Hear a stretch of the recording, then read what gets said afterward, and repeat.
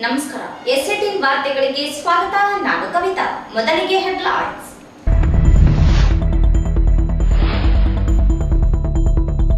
ದಶಕದಿಂದ ಅಂಗವಿಕಲರ ಜೀವನ ಭತ್ಯೆ ಹೆಚ್ಚಿಸದ ಕೇಂದ್ರ ಮತ್ತು ರಾಜ್ಯ ಸರ್ಕಾರಗಳು ಕಾಯ್ದೆ ಜಾರಿಗೊಳಿಸದೆ ನಿರ್ಲಕ್ಷ್ಯ. ಜಿಎನ್ ನಾಗರಾಜು.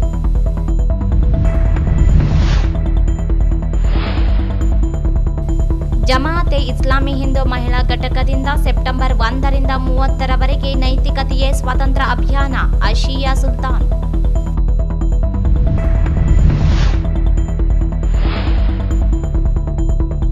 ಸೆಪ್ಟೆಂಬರ್ 1ರಂದು ಸವಿತಾ ಸಮಾಜ ನೌಕರರ ಸಂಘದಿಂದ ಪ್ರತಿಭಾ ಪುರಸ್ಕಾರ, ಸಾಧಕರಿಗೆ ಸನ್ಮಾನ. ವಿಜಯ ಭಾಸ್ಕರ ಇಂಟಗಿ.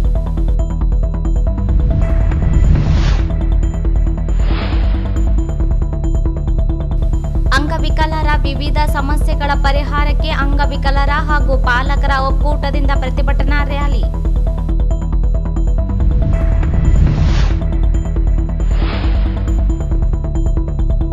ಪಿಂಜಾರ ನಾದಾವ್ ಸಮಾಜಕ್ಕೆ ಪ್ರತ್ಯೇಕ ನಿಗಮ ಸ್ಥಾಪನೆಗೆ ಆಗ್ರಹಿಸಿ ಸಮಾಜದಿಂದ ಮನವಿ.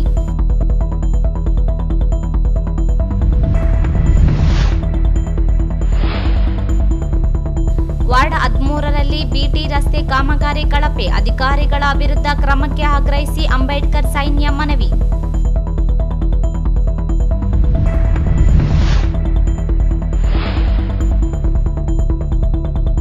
ಸತ್ಸಂಗದಿಂದ ಸನ್ಮಾರ್ಗದಲ್ಲಿ ನಡೆಯಲು ಸಾಧ್ಯ. ಕುಮಾರ್ ನಾಯಕ್.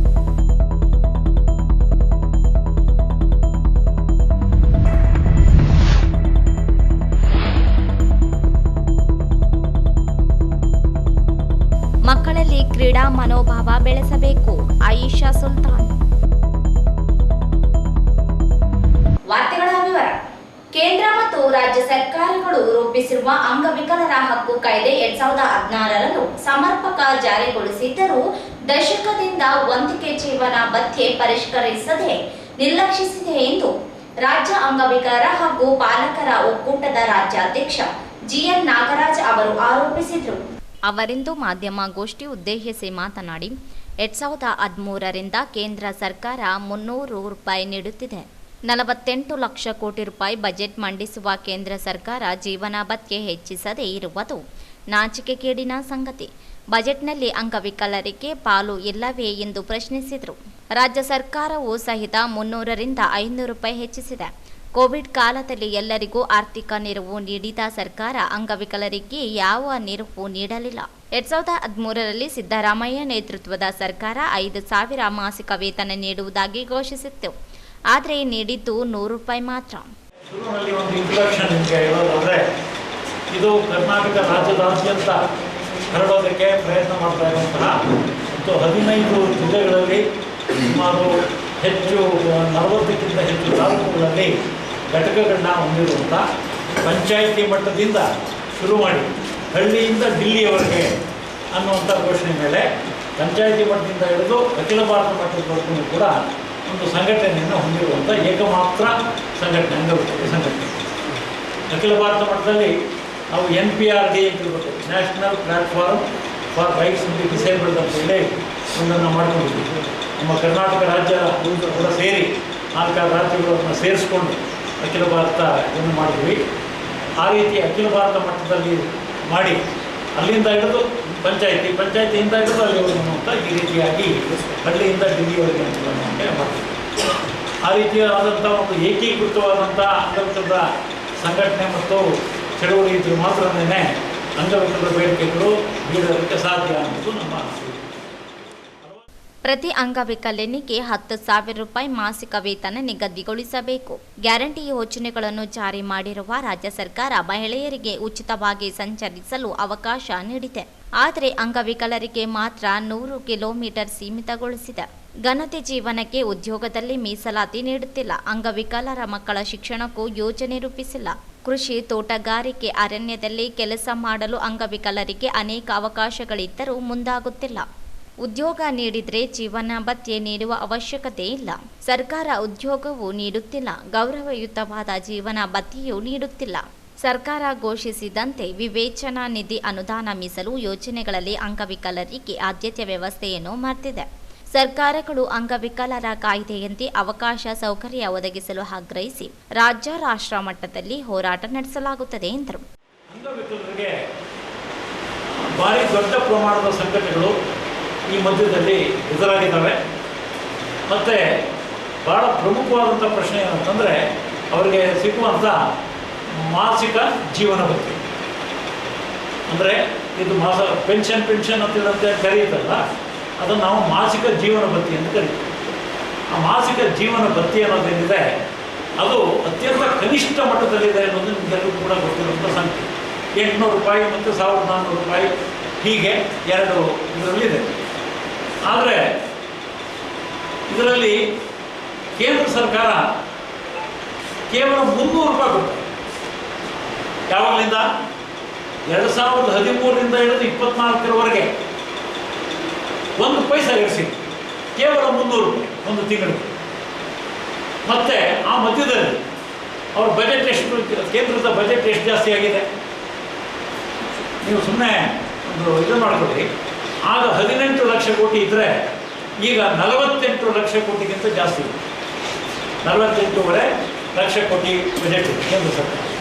ಅಂದರೆ ಕೇಂದ್ರ ಸರ್ಕಾರದ ಬಜೆಟ್ ವರ್ಷದಿಂದ ವರ್ಷಕ್ಕೆ ದೊಡ್ಡ ಪ್ರಮಾಣದಲ್ಲಿ ಏರ್ತಾ 48 ಲಕ್ಷ ಕೋಟಿ ಇರುವಂಥ ಸಂದರ್ಭದಲ್ಲಿ ಆ ಬಜೆಟ್ನಲ್ಲಿ ಅಂಗವಿಕಲರಿಗೆ ಪಾಲಿಲ್ವಾ?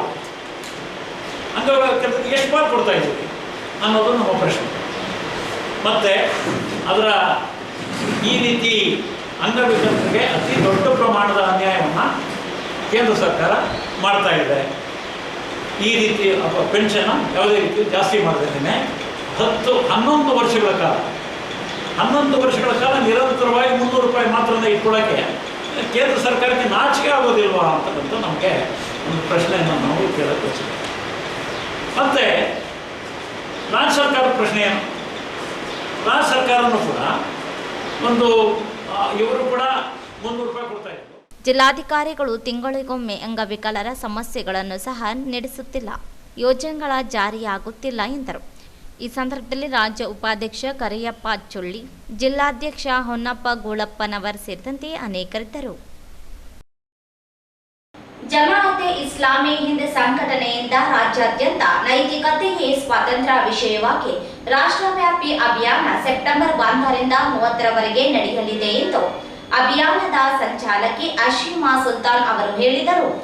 ಅವರಿಂದು ಮಾಧ್ಯಮಗೋಷ್ಠಿ ಉದ್ದೇಶಿಸಿ ಮಾತನಾಡಿ, ಸಮಾಜದಲ್ಲಿ ಸ್ವಾತಂತ್ರ್ಯದ ಹೆಸರಿನಲ್ಲಿ ನಗ್ನತೆ, ಮಾದಕ ವ್ಯಸನ, ಸಲಿಂಗಕಾಮ, ವೇಶ್ಯಾವಾಟಿಕೆ ಸೇರಿದಂತೆ ಅನೇಕ ಕೆಡುಕುಗಳು ನಡೆಯುತ್ತಿವೆ. ಬಂಡವಾಳಶಾಹಿಗಳ ಕುತಂತ್ರದಿಂದ ಆರ್ಥಿಕ ಗುಲಾಮಗಿರಿಗೆ ತಳ್ಳುವ ಪ್ರಯತ್ನ ಒಂದು ಕಡೆ ನಡೆದರೆ, ಮತ್ತೊಂದು ಕಡೆ ಆಧುನಿಕತೆ ಯುಗದಲ್ಲಿ ಯುವಕ ಯುವತಿಯರನ್ನು ದಾರಿ ತಪ್ಪಿಸುವ ಕೆಲಸ ನಡೆಯುತ್ತಿದೆ. ಅಶ್ಲೀಲತೆ ಸಾಮಾನ್ಯ ಎನ್ನುವಂತಾಗಿ ಸ್ವಾತಂತ್ರ್ಯ ಎಂದು ಬಿಂಬಿಸಲಾಗುತ್ತದೆ. ಸಾಮಾಜಿಕ ಆರ್ಥಿಕ ಸವಾಲುಗಳು ಬಡ ಕುಟುಂಬಗಳನ್ನು ಕಾಡುತ್ತಿವೆ. ಬದಲಾವಣೆ ಹೆಸರಿನಲ್ಲಿ ಸಮಾಜಕ್ಕೆ ಮಾರಕವಾಗುವ ಬೆಳವಣಿಗೆಗಳು ನಡೆಯುತ್ತಿರುವುದು ಕಳವಳಕಾರಿಯಾಗಿದೆ. ಪ್ರತಿ ಮನೆಗಳಲ್ಲಿ ನೈತಿಕತೆಯನ್ನು ಜಾಗೃತಗೊಳಿಸಲು ಜಮಾಅತೆ ಇಸ್ಲಾಮಿ ಹಿಂದ್ ಸಂಘಟನೆ ಶಾಲಾ ಕಾಲೇಜುಗಳ ವಿದ್ಯಾರ್ಥಿನಿಯರು, ಪಾಲಕರು ಬಡಾವಣೆಗಳಲ್ಲಿ ಅರಿವು ಮೂಡಿಸುವ ಕೆಲಸ ನಡೆಸಲಾಗುತ್ತಿದೆ.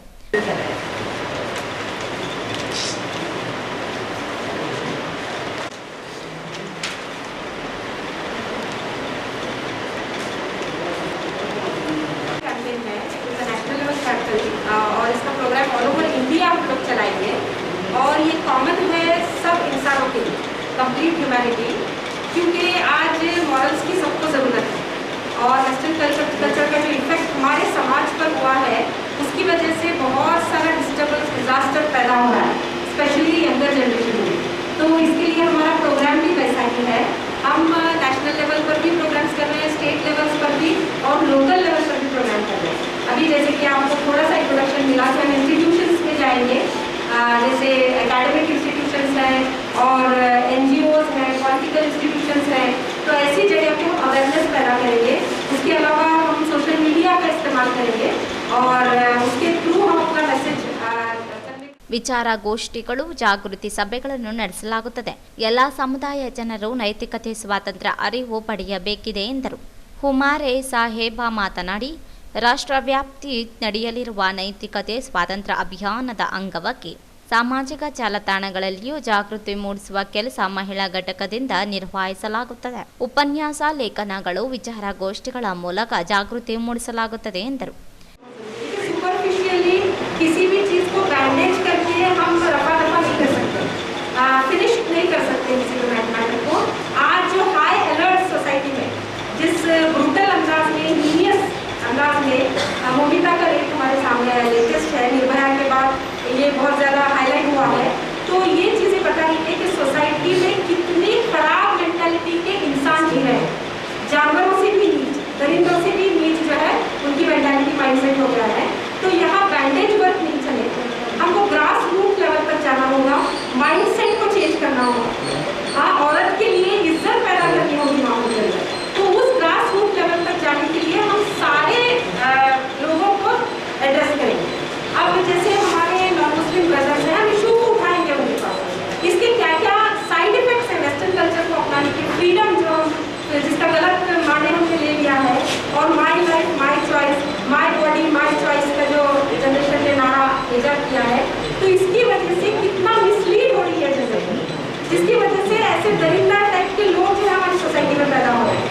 तो ये हम अवेयर करेंगे, उनको बताएंगे, जिसके लिए हम वही पीसफुल. ಈ ಸಂದರ್ಭದಲ್ಲಿ ಅತಿಯಾ ಸುಲ್ತಾನಾ, ಶಾಮಿಸುದ್ದಿಯಾ ಬೇಗಂ, ಜಿಲ್ಲಾಧ್ಯಕ್ಷ ನುಶ್ರತಾ ಜಹಾ ಸೇರಿದಂತೆ ಅನೇಕರಿದ್ದರು. ಜಿಲ್ಲಾ ಸವಿತಾ ಸಮಾಜದ ನೌಕರರ ಸಂಘದಿಂದ 9ನೇ ವರ್ಷ ಪ್ರತಿಭಾ ಪುರಸ್ಕಾರ ಸೆಪ್ಟೆಂಬರ್ 1ರಂದು ನಗರದ ಕನ್ನಡ ಭವನದಲ್ಲಿ ಆಯೋಜಿಸಲಾಗಿದೆ ಎಂದು ಜಿಲ್ಲಾ ಸವಿತಾ ಸಮಾಜದ ಅಧ್ಯಕ್ಷ ವಿಜಯ ಭಾಸ್ಕರ್ ಇಟಗಿ ಅವರು ಹೇಳಿದರು. ಅವರಿಂದು ಮಾಧ್ಯಮಗೋಷ್ಠಿ ಉದ್ದೇಶಿಸಿ ಮಾತನಾಡಿ 24 ಎಸ್ಎಸ್ಎಲ್ಸಿ, 39 ಜನ ಪಿಯುಸಿ, 2 ಎಂಬಿಬಿಎಸ್, 4 ಜನ ಇಂಜಿನಿಯರಿಂಗ್ ವಿದ್ಯಾರ್ಥಿಗಳಿಗೆ ಪ್ರತಿಭಾ ಪುರಸ್ಕಾರ ಸಲ್ಲಿಸಲಾಗುತ್ತದೆ. ಸಮಾಜದ ಸಾಧಕರನ್ನು ಸಹ ಸನ್ಮಾನಿಸಿ ಗೌರವಿಸಲಾಗುತ್ತದೆ. ಕಾರ್ಯಕ್ರಮವನ್ನು ಸಣ್ಣ ನೀರಾವರಿ ಸಚಿವ ಎನ್ಎಸ್ ಬೋಸರಾಜು ಉದ್ಘಾಟಿಸಲಿದ್ದಾರೆ. ಅಧ್ಯಕ್ಷತೆಯನ್ನು ಜಿಲ್ಲಾ ಸವಿತಾ ಸಮಾಜ ನೌಕರರ ಸಂಘದ ಅಧ್ಯಕ್ಷ ಆರ್ ನಾಗರಾಜ ಅವರು ವಹಿಸಿಕೊಡಲಿದ್ದಾರೆ.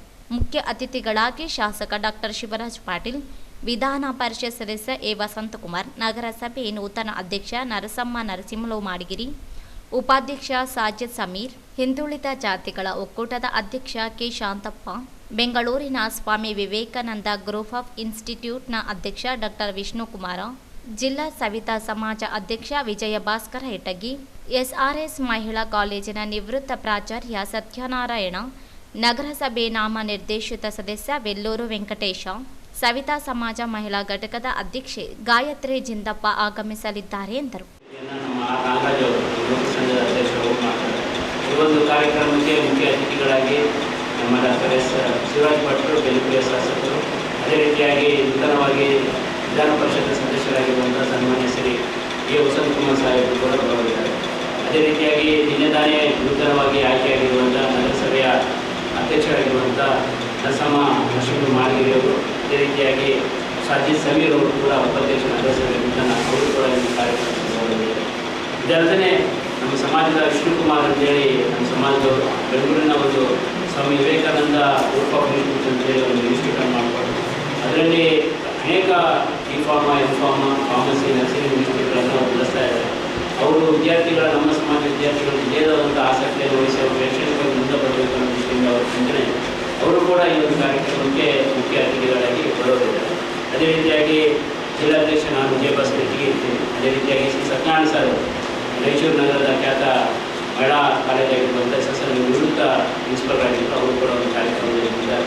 ಅದೇ ರೀತಿಯಾಗಿ ಶ್ರೀ ವೆಲ್ಲೂರು ವೆಂಕಟೇಶ್ ಅಂತೇಳಿ ನೂತನವಾಗಿ ನಾಮನಿರ್ದೇಶನಗೊಂಡಿರುವಂಥ ಅವರು ಕೂಡ ಈ ಒಂದು ಕಾರ್ಯಕ್ರಮಕ್ಕೆ ಬರೋದಿದ್ದಾರೆ. ಇನ್ನೊಬ್ಬರಾಗಿ ಶ್ರೀಮತಿ ಗಾಯತ್ರಿ ಜಿಂದಪ್ಪ ಅಂತೇಳಿ ನೂತನವಾಗಿ ಮಹಿಳಾ ಘಟಕದ ಅಧ್ಯಕ್ಷರು, ಅವರು ಕೂಡ ಈ ಕಾರ್ಯಕ್ರಮಕ್ಕೆ ಬರೋದಿದ್ದಾರೆ.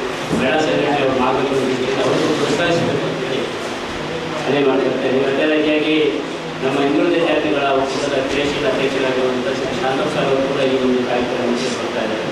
ಒಟ್ಟು ಈ ಒಂದು ಕಾರ್ಯಕ್ರಮಕ್ಕೆ SLCಯಲ್ಲಿ 24 ಜನ, PUCಯಲ್ಲಿ 39, BSCಯಲ್ಲಿ 8, MBBS ಡಾಕ್ಟರ್ 2, ಇಂಜಿನಿಯರಿಂಗ್ ಹೌದಾ ನಿಮಗೆ ಟೈಮ್ ಆಗೋದೇನು ಅಂತ ಅಂದ್ಕೊಂಡು, ಯಾಕಂದರೆ ನಮ್ಮ 2 ವರ್ಷ ಇಂದಿನ ಪತ್ರಿಕಾಗೋಷ್ಠಿ ಸ್ವಲ್ಪ ಜಾಸ್ತಿ ಆಯಿತು, ಅದಕ್ಕೆ ನಾನು ನಿಮಗೆ ತಡವಾಗಬಾರ್ದು. ಅಂದು ಬೆಳಿಗ್ಗೆ 10:30ಕ್ಕೆ ನಡೆಯಲಿರುವ ಕಾರ್ಯಕ್ರಮದಲ್ಲಿ ಸಮಾಜದ ಬಾಂಧವರು ಹೆಚ್ಚಿನ ಸಂಖ್ಯೆಯಲ್ಲಿ ಭಾಗವಹಿಸುವಂತೆ ಮನವಿ ಮಾಡಿದರು. ಈ ಸಂದರ್ಭದಲ್ಲಿ ಆರ್ ನಾಗರಾಜ, ರಮೇಶ್ ಮಂತ್ಯಾಲ, ರವಿಕುಮಾರ, ನರಸಿಂಹಲು, ಸಿಎ ಗೋವಿಂದ, ಸುರೇಶ್ ಗಟ್ಟ, ನರಸಿಂಹಮೂರ್ತಿ ಸೇರಿದಂತೆ ಅನೇಕರಿದ್ದರು. ಅಂಗವಿಕಲರ ಗ್ರಾಮೀಣ ಪುನರ್ವಸತಿ ಯೋಜನೆಯಡಿ ಕೆಲಸ ಮಾಡುತ್ತಿರುವ ಪುನರ್ವಸತಿ ಕಾರ್ಯಕರ್ತರ ಎಂಆರ್ಡಬ್ಲ್ಯೂ, ವಿಆರ್ಡಬ್ಲ್ಯೂ, ಯುಆರ್ಡಬ್ಲ್ಯೂ ಸೇರಿದಂತೆ ವಿವಿಧ ಬೇಡಿಕೆಗಳನ್ನು ಈಡೇರಿಕೆಗೆ ಆಗ್ರಹಿಸಿ ಕರ್ನಾಟಕ ರಾಜ್ಯ ಅಂಗವಿಕಲರ ಹಾಗೂ ವಿವಿಧೋದ್ದೇಶ ಮತ್ತು ಗ್ರಾಮೀಣ ಹಾಗೂ ನಗರ ಪುನರ್ವಸತಿ ಕಾರ್ಯಕರ್ತರ ಜಿಲ್ಲಾ ಒಕ್ಕೂಟದಿಂದ ಪ್ರತಿಭಟನೆ ನಡೆಸಿದರು. ನಗರದ ಜಿಲ್ಲಾ ಮಹಾತ್ಮ ಗಾಂಧಿ ಕ್ರೀಡಾಂಗಣದಿಂದ ಜಿಲ್ಲಾಧಿಕಾರಿ ಕಚೇರಿವರೆಗೆ ಮೆರವಣಿಗೆ ನಡೆಸಿ ಜಿಲ್ಲಾಧಿಕಾರಿ ಸ್ಥಾನಿಕ ಅಧಿಕಾರಿಗಳ ಮೂಲಕ ಮುಖ್ಯಮಂತ್ರಿಗಳಿಗೆ ಮನವಿ ಸಲ್ಲಿಸಿದರು. ಜಿಲ್ಲಾಧಿಕಾರಿಗಳ ಅಧ್ಯಕ್ಷತೆಯಲ್ಲಿ ವಿಕಲಚೇತನರ ಕಾಯ್ದೆ 2016ರ ಸೆಕ್ಷನ್ 72 ಅಡಿ ಜಿಲ್ಲಾ ಮಟ್ಟದ ಜಿಲ್ಲಾ ಸಮಿತಿ ಸಭೆಯನ್ನು ಪ್ರತಿ 3 ತಿಂಗಳಿಗೊಮ್ಮೆ ಸಭೆ ಕರೆಯಬೇಕು. ಎಲ್ಲ ತಾಲೂಕುಗಳ ತಾಲೂಕು ವಿವಿಧೋದ್ದೇಶ ಪುನರ್ವಸತಿ ಕಾರ್ಯಕರ್ತರನ್ನು ಸಮಿತಿಯ ಸದಸ್ಯರುಗಳನ್ನಾಗಿ ಪರಿಗಣಿಸಬೇಕು. 5% ಅನುದಾನ ಬಗ್ಗೆ ಕಾರ್ಯಾಗಾರ ಹಮ್ಮಿಕೊಳ್ಳಬೇಕು. ಸಚಿವರು ಹಾಗೂ ಶಾಸಕರು ಅವರ ಅಧ್ಯಕ್ಷತೆಯಲ್ಲಿ ನಡೆಯುವ ಕೆಡಿಪಿ ಹಾಗೂ ಸಾಮಾನ್ಯ ಸಭೆಗಳಲ್ಲಿ ವಿಕಲಚೇತನರ ಕಲ್ಯಾಣಕ್ಕಾಗಿ ಮೀಸಲಿಟ್ಟ 5% ಅನುದಾನದ ಚರ್ಚೆ ಮಾಡಬೇಕು. ಅನುದಾನದ ಖರ್ಚು ವೆಚ್ಚದ ಬಗ್ಗೆ ಮೇಲ್ವಿಚಾರಣೆ ಮಾಡಲು ಜಿಲ್ಲಾ ವಿಕಲಚೇತನರ ಅಧಿಕಾರಿಗಳಿಗೆ ಜವಾಬ್ದಾರಿ ನೀಡಬೇಕು ಎಂದು ಒತ್ತಾಯಿಸಿದರು.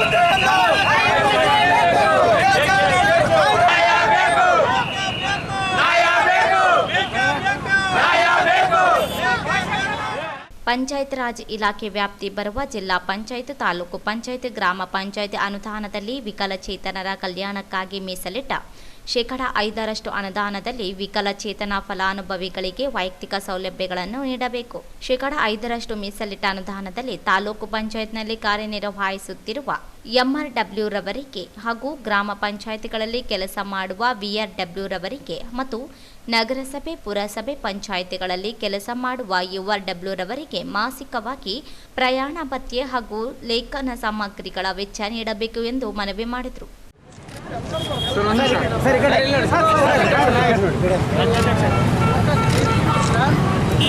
ಸರ್, ಈಗ ಡಿಮ್ಯಾಂಡ್ ಓದಿ ಅದನ್ನು ರೆಕಾರ್ಡ್ ಮಾಡ್ಕೊಂಡು ಹೆಚ್ಚಳ ಹಾಗೂ ವಿಕಲಚೇತನ ನೂತನ ಕಾಯ್ದೆ 2015 ಜಿಲ್ಲಾದ್ಯಂತ ಸಮರ್ಪಕ ಅನುಷ್ಠಾನ ಸೇರಿದಂತೆ ಇನ್ನಿತರ ಅಗತ್ಯಗಳ ಈಡೇರಿಕೆ ಮನವಿ.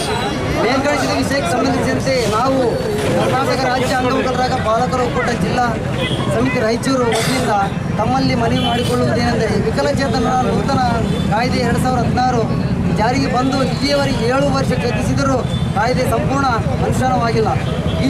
ಈಗಲೂ ನಗರ ಹಾಗೂ ಗ್ರಾಮ ಮಟ್ಟದಲ್ಲಿ ತೀವ್ರತರದ ವಿಕಲಚೇತನರಿಗೆ ಸರ್ಕಾರಿ ಹಾಗೂ ಅರೆ ಸರ್ಕಾರಿ ಸಂಘ ಸಂಸ್ಥೆಗಳಲ್ಲಿ ಸೇವೆ ಸಲ್ಲಿಸುತ್ತಿರುವ ದೊರಕದೆ ಅತ್ಯಂತ ನಿಷ್ಠಾವಂತ ಜೀವನ ಸಾಗಿಸುತ್ತಿದ್ದಾರೆ. ಕಾರಣ ವಿಕಲಚೇತನರ ಆರೋಗ್ಯ ಸಮಸ್ಯೆಗಳು, ಶಿಕ್ಷಣ, ಉದ್ಯೋಗ, ಸಾರ್ವಜನಿಕ ಸಂಸ್ಥೆಗಳು, ಸುಲಭ ಪ್ರವೇಶಗಳು, ಇನ್ನೂ ಹಲವಾರು ಅಪೋದೆಗಳನ್ನು ಈ ಮನವಿಯಲ್ಲಿ ಸಲ್ಲಿಸುತ್ತಿದ್ದು, ಈ ಅಪೋದೆಗಳನ್ನು ತಾವು ವಿನಂತಿ.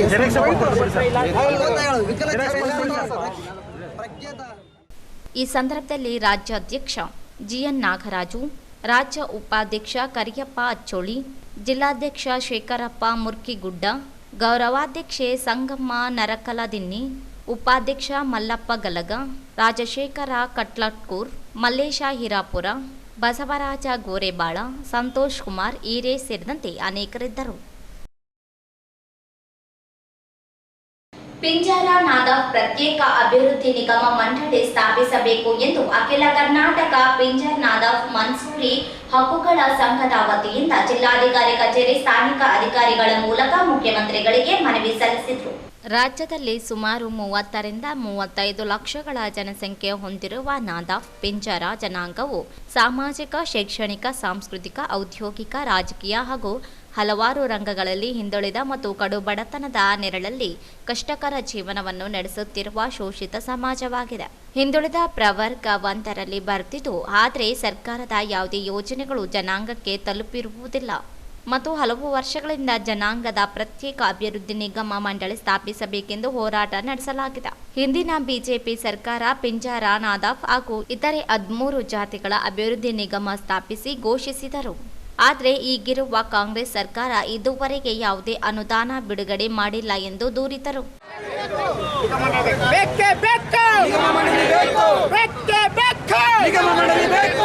ಕಾಂಗ್ರೆಸ್ ಸರ್ಕಾರಕ್ಕೆ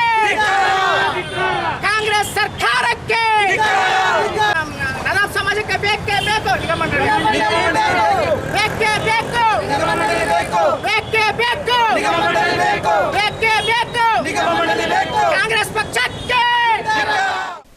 ಜನಾಂಗಕ್ಕೆ ಪ್ರತ್ಯೇಕ ನಿಗಮ ಮಂಡಳಿ ಸ್ಥಾಪಿಸಿ ಸೂಕ್ತ ಅನುದಾನ ಘೋಷಿಸಬೇಕೆಂದು ಒತ್ತಾಯಿಸಿದರು.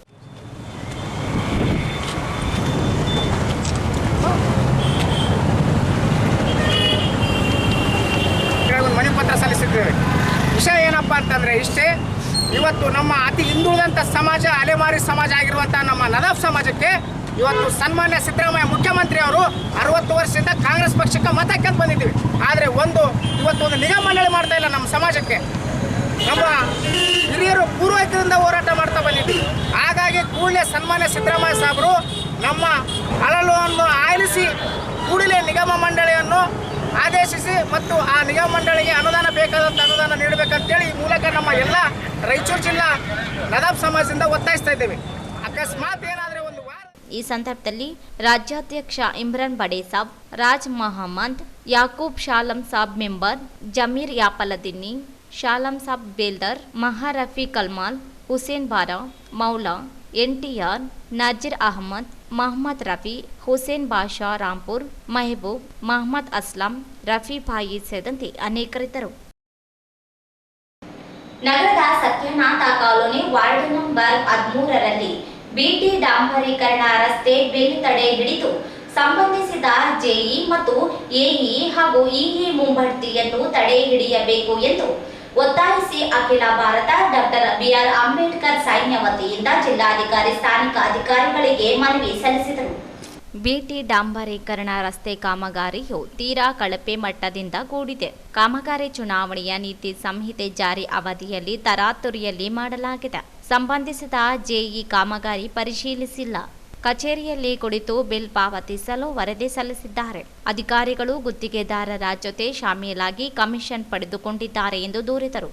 ಉನ್ನತ ಮಟ್ಟದ ಅಧಿಕಾರಿಗಳಿಂದ ತನಿಖೆ ನಡೆಸಿ ಕಳಪೆ ಕಾಮಗಾರಿ ಕುರಿತು ಕ್ರಮ ವಹಿಸಿ ಬಿಲ್ ತಡೆ ಹಿಡಿಯಬೇಕು ಎಂದು ಒತ್ತಾಯಿಸಿದರು.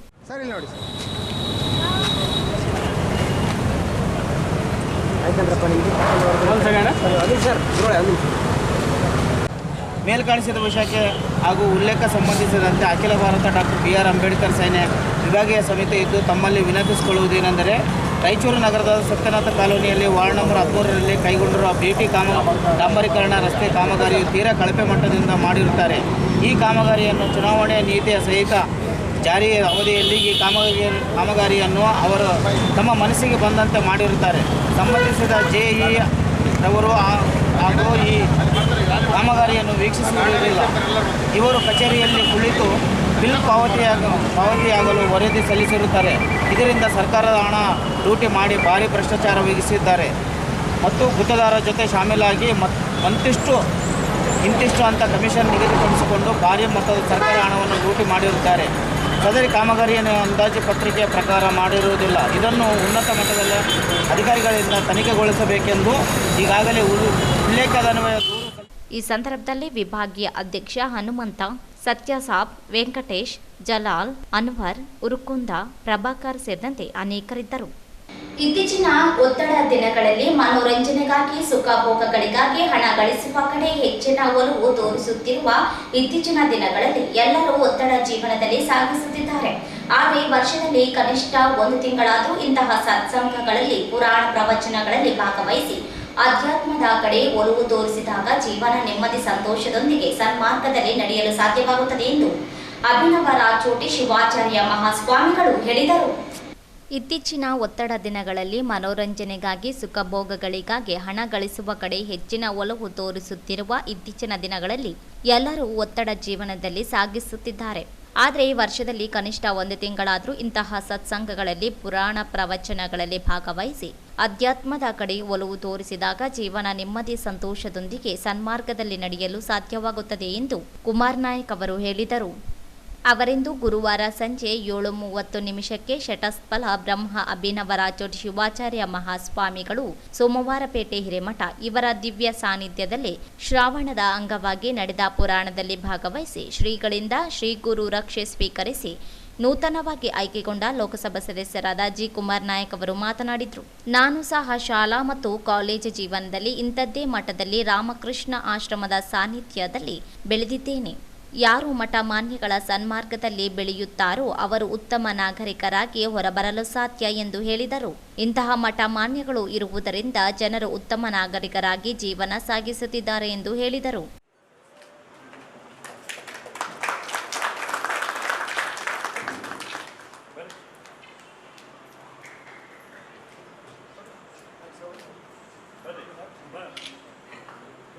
ಸರ್ ಇಲ್ಲಿ ನೋಡಿ, ಅಷ್ಟೇ ನಿಂತ್ಕೊಂಡ್ಬಿಡ್ರಿ. ಓಕೆ, ಇವರಿಗೆ ಶ್ರೀಮಠದ ಪೂಜ್ಯರಿಂದ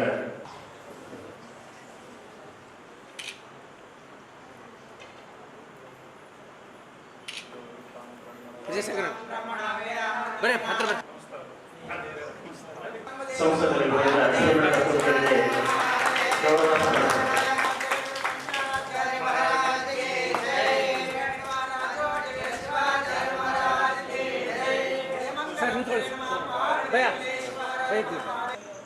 ಆಶೀರ್ವಾದ ಮಾಡಿದ್ದಾರೆ. ಬಹಳ ಸಂತೋಷದ ವಿಷಯ ನನಗೆ. ಇವತ್ತಿನ ದಿವಸ ಸಂಸದಾಗಿ ಗೆದ್ದು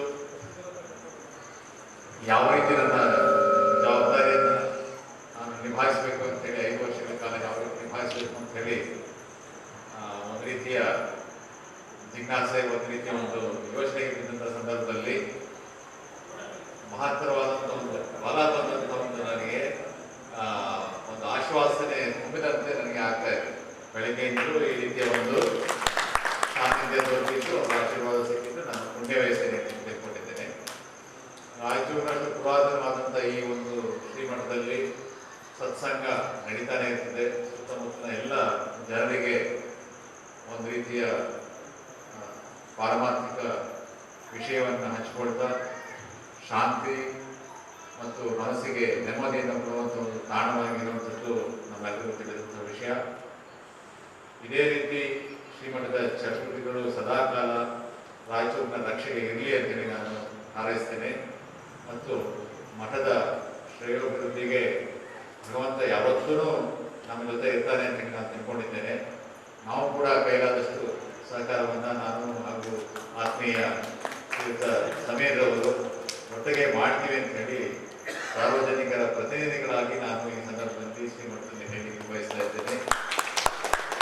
ತಾಯಿ 98 ವರ್ಷದ ತಾಯಿ ಆ ಊರಿನಿಂದ ಇಷ್ಟು ಜನಗಳನ್ನ ಕರ್ಕೊಂಡು ಬಂದಿರುವಂಥದ್ದು, ಇದನ್ನೆಲ್ಲ ನೋಡುವಂಥ ಅವಕಾಶ ಸಿಕ್ಕಿದ್ದು ನಮಗೆ ನಮ್ಮ ಭಾಗ್ಯನೇ ಸರಿ. ಅವರು 98 ವರ್ಷ ಆದಮೇಲೆ ಬಂದರು ಅಂತಲ್ಲ, ಪ್ರತಿ ವರ್ಷನೂ ಬರ್ತಾ ಇದ್ದಾರೆ. ಅವರಿಗೆ 98 ವರ್ಷ ಈಗ ಆಗಿದೆ.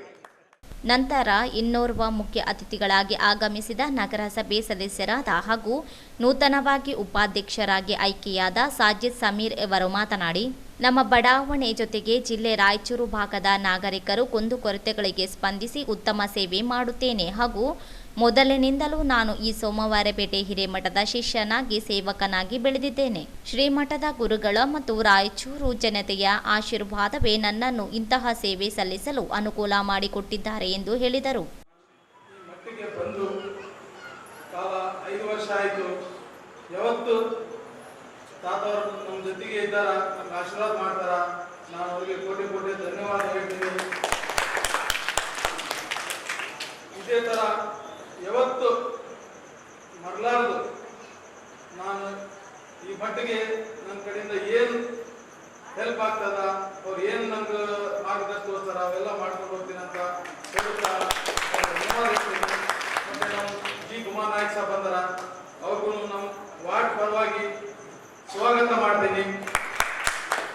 ಅವರು ಸಹಾಯ ನಮ್ಮ ಜೊತೆಗಿದ್ರೆ ನಾನೀಗ ವೈಸ್ ಪ್ರೆಸಿಡೆಂಟ್ ಆಗಿನಿ, ಏನು ಎಷ್ಟು ಮಟ್ಟಿಗೆ ಆಗ್ತದ ನಮ್ಮ ವಾರ್ಡ್ ಮತ್ತು ನಮ್ಮ ರಾಯಚೂರು ಸಿಟಿ ಅಭಿವೃದ್ಧಿಗೋಸ್ಕರ ನಾನು ಎಷ್ಟು ಮಟ್ಟಿಗೆ ಆಗ್ತದ ಅಷ್ಟು ಮಟ್ಟಿಗೆ ಮಾಡೋಕೆ ಟ್ರೈ ಮಾಡ್ತೀನಿ.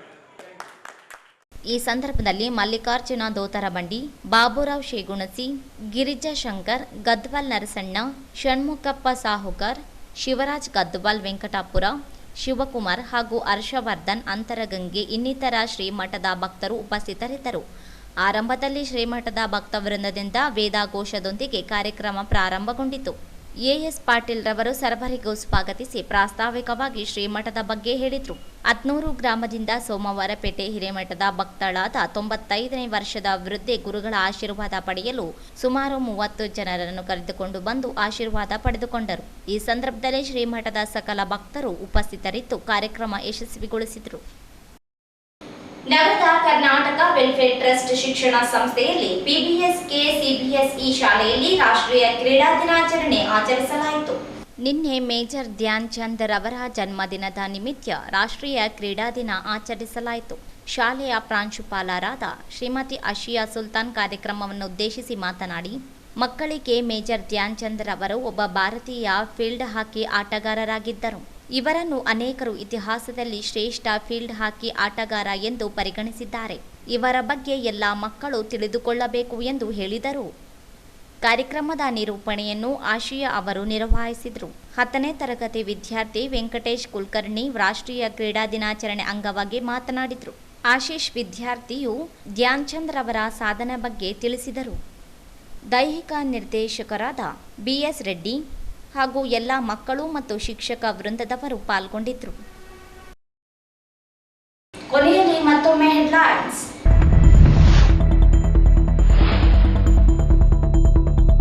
ದಶಕದಿಂದ ಅಂಗವಿಕಲರ ಜೀವನ ಭತ್ಯೆ ಹೆಚ್ಚಿಸದ ಕೇಂದ್ರ ಮತ್ತು ರಾಜ್ಯ ಸರ್ಕಾರಗಳು ಕಾಯ್ದೆ ಜಾರಿಗೊಳಿಸದೆ ನಿರ್ಲಕ್ಷ್ಯ. GN ನಾಗರಾಜು.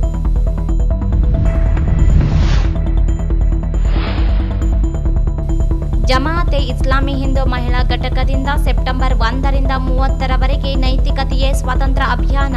ಅಶಿಯಾ ಸುಲ್ತಾನ್.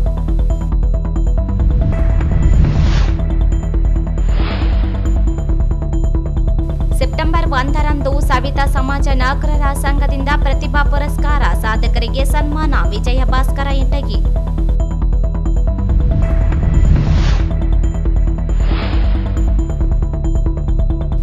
ಅಂಗವಿಕಲರ ವಿವಿಧ ಸಮಸ್ಯೆಗಳ ಪರಿಹಾರಕ್ಕೆ ಅಂಗವಿಕಲರ ಹಾಗೂ ಪಾಲಕರ ಒಕ್ಕೂಟದಿಂದ ಪ್ರತಿಭಟನಾ ರ್ಯಾಲಿ.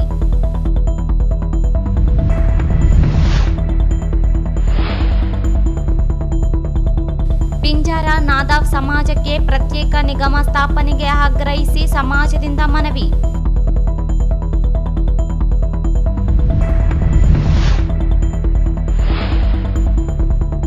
ವಾರ್ಡ್ 13ರಲ್ಲಿ BT ರಸ್ತೆ ಕಾಮಗಾರಿ ಕಳಪೆ, ಅಧಿಕಾರಿಗಳ ವಿರುದ್ಧ ಕ್ರಮಕ್ಕೆ ಆಗ್ರಹಿಸಿ ಅಂಬೇಡ್ಕರ್ ಸೈನ್ಯ ಮನವಿ.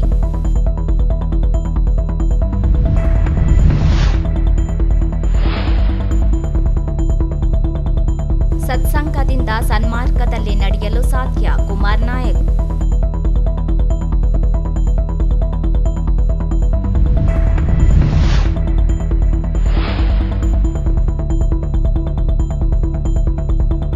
ಮಕ್ಕಳಲ್ಲಿ ಕ್ರೀಡಾ ಮನೋಭಾವ ಬೆಳೆಸಬೇಕು. ಆಯಿಷಾ ಸುಲ್ತಾನ್. ಇಲ್ಲಿಗೆ ವಾರ್ತಾ ಪ್ರಸಾರ ಮುಕ್ತಾಯವಾಯಿತು. ಮುಂದಿನ ವಾರ್ತೆಗಳೊಂದಿಗೆ ಭೇಟಿಯಾಗೋಣ. ವಂದನೆಗಳು.